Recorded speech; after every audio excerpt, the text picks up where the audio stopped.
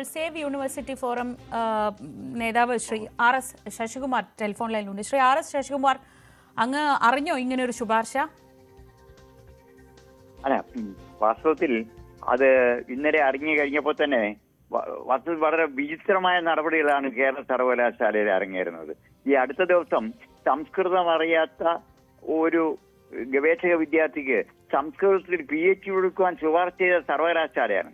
അതുകൊണ്ട് ഇപ്പോൾ വിദ്യാർത്ഥി സംഘടനാ നേതാക്കൾക്ക് ഗ്രേസ് മാർക്ക് കൊടുക്കുവാൻ അവർ ശുപാർശ ചെയ്താൽ അതിൽ അതിശയിക്കാനില്ല. കാരണം ഇതുവരെ NSS വോളണ്ടിയേഴ്സിന് അവർ ഈ സാമൂഹിക പ്രവർത്തനം നടത്തുന്നതിൽ താല്പര്യമുള്ളവരെ കൊണ്ടുവരുന്നതിന് വേണ്ടിയാണ് അവർക്ക് അംഗീകാരം നിലയിൽ ഗ്രേസ് മാർക്ക് കൊടുക്കുവാൻ സർക്കാർ ഉത്തരവുണ്ട്. അതേപോലെ NCC കേഡറ്റ്സിന് കൊടുക്കണമെന്ന് കേന്ദ്ര സർക്കാരിന്റെ തീരുമാനമുണ്ട്. യുവജനോത്സവത്തിൽ പങ്കെടുത്ത് മിടുക്കരാവുന്ന കുട്ടിയെ കലാപ്രതിഭകൾക്ക് അവാർഡ് കൊടുക്കും.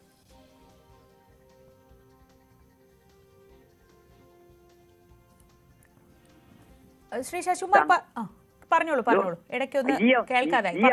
അതെ, ഈ അവസരത്തിലാണ് സർവകലാശാല യൂണിയന്റെയും കോളേജ് യൂണിയന്റെയും ഭാരവാഹികൾ ഗ്രേസ് മാർക്ക് കൊടുക്കാൻ തീരുമാനിച്ചാൽ എന്തായത്? അവർക്ക് ഇതിനേക്കാളും ഡിഗ്രി കൊടുക്കാൻ അങ്ങ് തീരുമാനിക്കുക.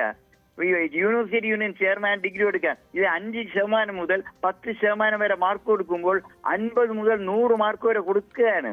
കൊടുത്തവരെ ജയിപ്പിക്കുന്നു. നാളെ അവർ PGക്ക് ചേരും. PGക്ക് ചേരുമ്പോൾ PGയിലൂടെ അവരെ PG ഡിഗ്രി എടുക്കുന്നു. പിന്നെ വേണ്ടി വന്നാൽ കേരള സർവകലാശാല പ്രത്യേക ഒരു ഡോക്ടറേറ്റ് കിട്ടാനും ബുദ്ധിമുട്ടില്ല.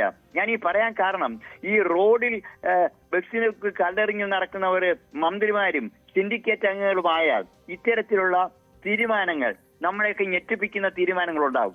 രണ്ട് കാര്യങ്ങളാണ് സർ. ഒന്നുകിൽ വിദ്യാർത്ഥി രാഷ്ട്രീയത്തിലേക്ക് ആളെ കിട്ടാതായി കൂടുതൽ ആളെ എത്തിക്കാനാകാം ഇങ്ങനൊരു പരിപാടി. അതല്ലെങ്കിൽ മറ്റൊരു ഓപ്ഷൻ ഉണ്ട്. അത് നിരന്തരമായി, നമ്മളിപ്പോ കേരള യൂണിവേഴ്സിറ്റി തന്നെ എടുക്കാം. കഴിഞ്ഞ കുറെ നാളുകളായി എല്ലാ ദിവസവും അവിടെ വന്ന് സമരം ചെയ്യാൻ ആള് വേണമല്ലോ.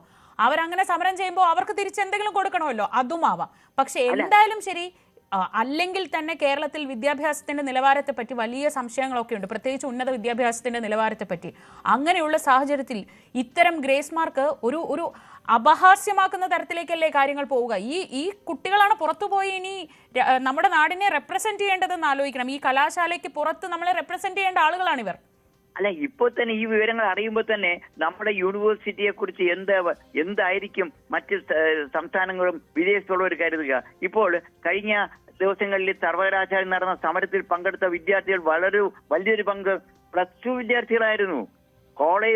കോളേജിൽ പഠിക്കുന്ന വിദ്യാർത്ഥികൾ ഇനി സമരരംഗത്തേക്ക് വരണമെന്നുണ്ടെങ്കിൽ ഗ്രേസ് മാർക്ക് കൊടുത്താൽ അവർ വരുമെന്നുള്ള പ്രതീക്ഷയുണ്ട്. മറ്റൊരു വളരെ പ്രധാനപ്പെട്ട കാര്യം, കാര്യങ്ങളെല്ലാം തീരുമാനിക്കാൻ ഈ സിൻഡിക്കേറ്റിന് അവകാശമില്ല. ഇത് അക്കാഡമിക് പോളിസി ഡിവിഷനാണ്.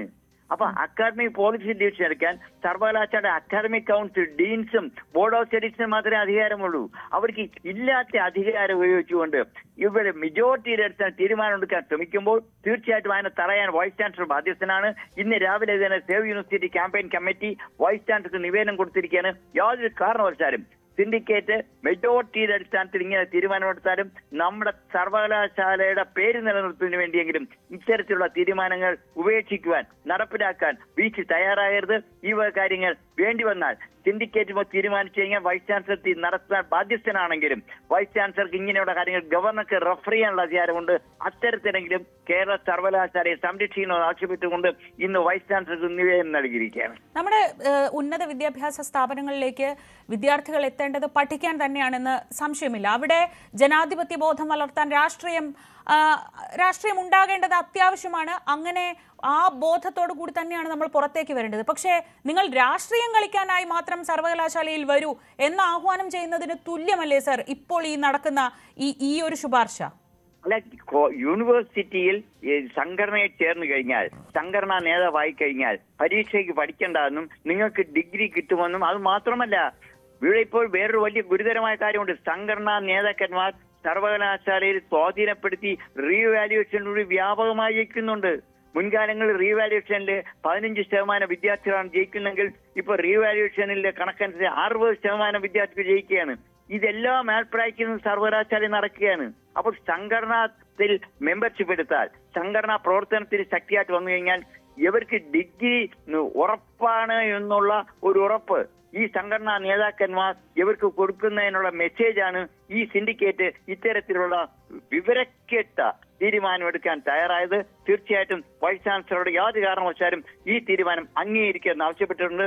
എന്തായാലും അനുകൂലമായ തീരുമാനം ഉണ്ടാകുമെന്നുള്ളത് നാളത്തെ സിൻഡിക്കേറ്റ് കഴിഞ്ഞിട്ട് മാത്രമേ പറയാൻ കഴിയൂ. സംഘർഷഭരിതമായ ഒരു അന്തരീക്ഷമായിരുന്നു കഴിഞ്ഞ കുറെ നാളായി കേരള സർവകലാശാലയിൽ ഉണ്ടായിരുന്നത്. ഇതിപ്പോ അടുത്തൊരു പ്രശ്നത്തിലേക്ക് പോകുമോ ഇങ്ങനെ ഒരു ശുപാർശയുമായി സിൻഡിക്കേറ്റ് മെജോറിറ്റി ഡിസിഷനുമായി എത്തുമ്പോ? അല്ല, സ്വാഭാവികമായിട്ടുണ്ടാവുമല്ലോ. കഴിഞ്ഞ 2 മാസത്തിന് ശേഷം കൂടുന്ന സിൻഡിക്കേറ്റാണ്. സിൻഡിക്കേറ്റിന്റെ ആദ്യത്തെ ഐറ്റമായിട്ട് വച്ചേക്കുന്ന തന്നെ പുറത്താക്കപ്പെട്ട രജിസ്ട്രാർ തിരിച്ചെടുക്കുന്നതാണ്. അതിന്റെ പേരിൽ തന്നെ ഒരു സംഘർഷം ആദ്യം ഉണ്ടാകാനുള്ള സാധ്യത ഉണ്ട്. കാരണം അദ്ദേഹം വൈസ് രജിസ്ട്രാർ ആയിരുന്ന കാലഘട്ടത്തിൽ അദ്ദേഹം അനധികൃതമായി സർവകലാശാലയിൽ കടന്ന് ഒത്തിരി ഫയലുകൾ ഡിസ്പോസ് ചെയ്യുകയും ഒത്തിരി സാമ്പത്തിക ആനുകൂല്യം കൊടുക്കുകയും ചെയ്തു.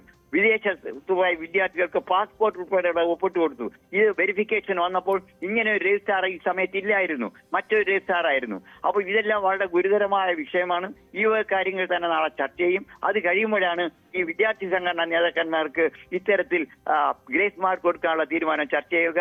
തീർച്ചയായിട്ടും വളരെ സംഘർഷപൂർണമായ ഒരു അന്തരീക്ഷത്തിലായിരിക്കും നാളത്തെ കേരള സർവകലാശാല സിൻഡിക്കേറ്റ് എന്നാണ് ഞാൻ പ്രതീക്ഷിക്കുന്നത്. നന്ദി ശ്രീ ആർ എസ് ശശികുമാർ. ഇപ്പോൾ കേരള സർവകലാശാല സിൻഡിക്കേറ്റിലെ BJP അംഗം ശ്രീ PS ഗോപകുമാർ